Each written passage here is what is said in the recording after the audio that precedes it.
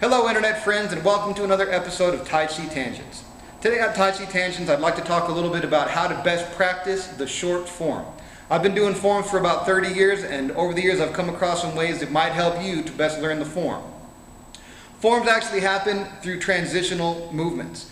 So if it was just about static motions or static postures, you could just look at a book or take a picture and boom, you'd be able to eventually copy it and get it down. But that's not how it works. Forms happen as a movement between those static postures.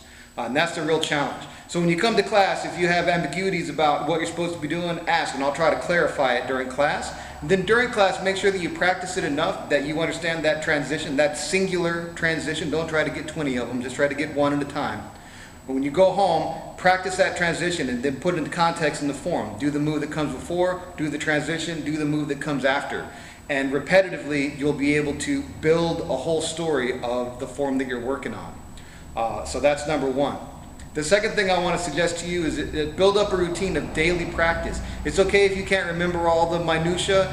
The most important thing is just to practice. And then as you come to class, when you realize that you've got some deficiencies in your form or you've got some things that you're not real clear about, ask for clarification. We'll talk about it. I'll explain it as best I can. And over time, you'll start to fill in all those gaps. But don't not practice just because you don't know a little piece of it. Do the best you can. Put as much of it together as you can and practice every day as part of your routine. As always, repetitious practice is very important.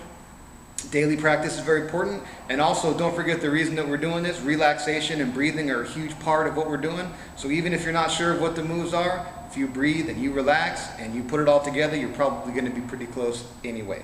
I want to make one more note about some of the students have been having some trouble doing the one-legged stances, up on the crane stances, getting their knee up above their waist.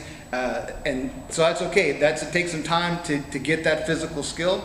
So while you're getting around to doing that, don't worry about bringing your leg all the way up. Don't worry about falling down. Just keep that leg bent a little bit and keep the toes up, or keep the heel on the ground with your toes on the ground. We call it a cat stance instead of the crane stance. You'll find that you can still do the form exactly like everybody else, minus the raising the leg up, and you'll have better balance while you're developing the lower body strength to keep your one leg up in the air.